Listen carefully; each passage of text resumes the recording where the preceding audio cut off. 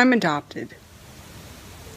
The single story of adopted kids is usually one of a little bit of shame.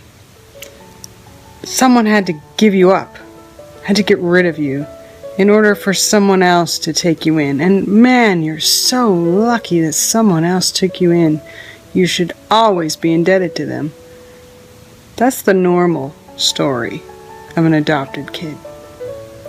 That's not my story.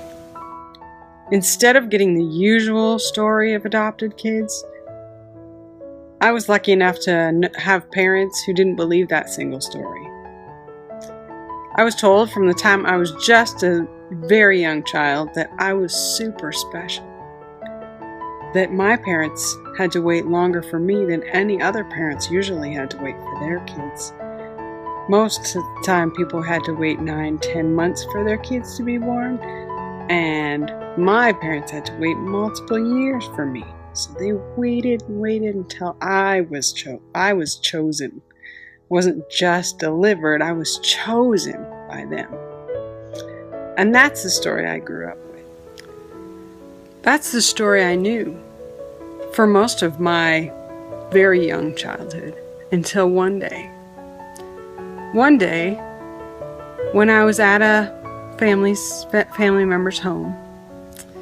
One day, when I was there with my older brother, who was also adopted, and my younger brother, who my parents had naturally, even though they were told they couldn't have children.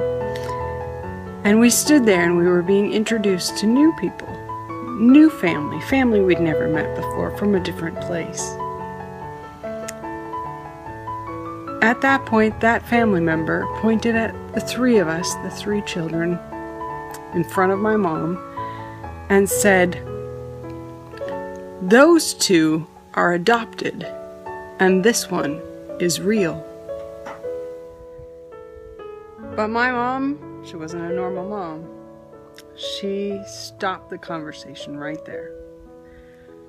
She took the family member who had said that in front of the guests into a back room. She hauled my older brother and myself, who were old enough to understand what was going on, and both adopted, hauled us with her, and in front of us, told that family member off. Told her she is never to refer to us as the other children again, that all three of us are equal, that we are all her children, and it will never, ever be any other way. My mom didn't believe the single story of adopted kids. And because of it, I don't either. In fact, I don't believe the single story of any kid. It's probably why I work in education.